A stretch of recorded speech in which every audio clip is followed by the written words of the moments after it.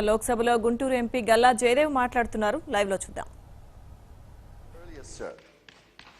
Sir, coming to the railway zone and also the Vizag and Vijayawada metro, the Honorable Finance Minister has announced allocation of 17,000 crore for the Bangalore metro and approved 51,000 crores for the Mumbai suburban railway network. But there is no mention about the metro in Visakhapatnam or in Vijayawada. It is obvious that the FM's announcement for Bangalore is because there is assembly elections in Karnataka and not in AP. How is it justified? How is it justified, sir? Does it not mean that you're deviating from your own path of talking only of Vikas and there would not be any politics on developmental issues? Yesterday, the Honorable Railway Minister made a statement in the other house, in the Rajya Sabha, on the railway zone. He said, and I quote, "Changing the zone and the contours of any zone involves consultations with a lot of other states. After we finish the consultation with all the states, we'll find out a viable method by which there is no dispute." This should have been done by now, sir. Why are we hearing this 4 years later? Why are we still hearing this, sir? You know, this is not something that I expect from a senior leader like Mr. Piyush Goyal. Sir, this should have been done. This statement by the Honorable Railway Minister is understood by the people of AP as delaying tactics, as a railway zone is part of the AP Reorganization Act, which this government is supposed to implement.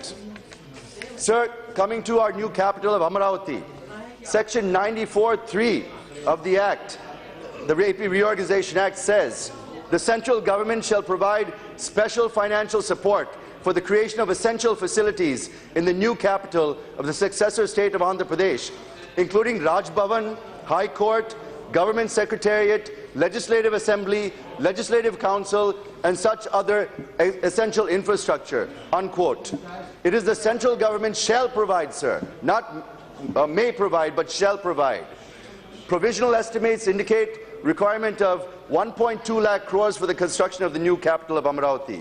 But just for the essential infrastructure, including the Raj Bhavan, Secretariat, High Court, Legislative Assembly, and Council, the land development is estimated to cost around 42,935 crores over the next 5 years. But in the last 3 years, you've provided 500 crores in 14-15, 550 crores in 15-16, 450 crores in 16-17. Nothing more has been given. 1,000 crores of this has been given for specific projects in Vijayawada and Guntur for underground drainage, not even for the capital city.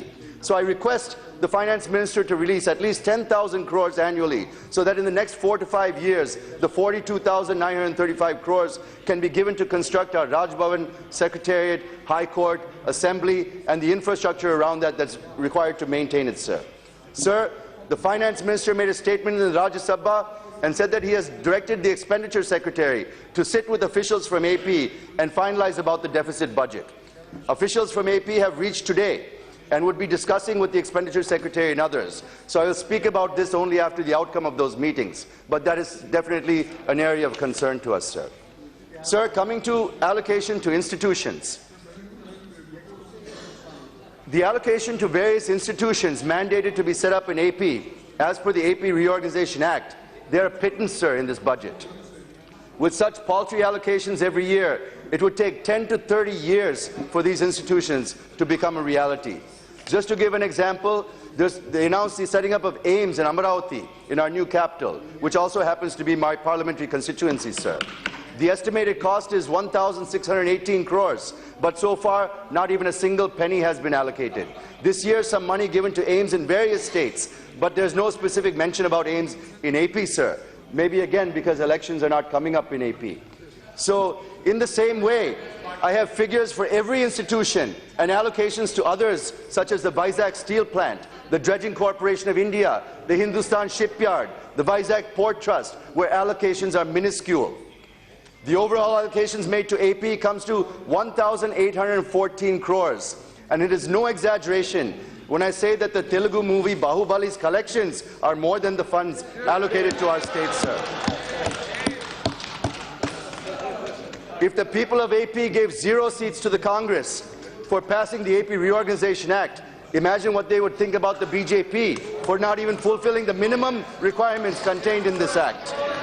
We demand an explanation failing which we have no option than to consider you acting in bad faith.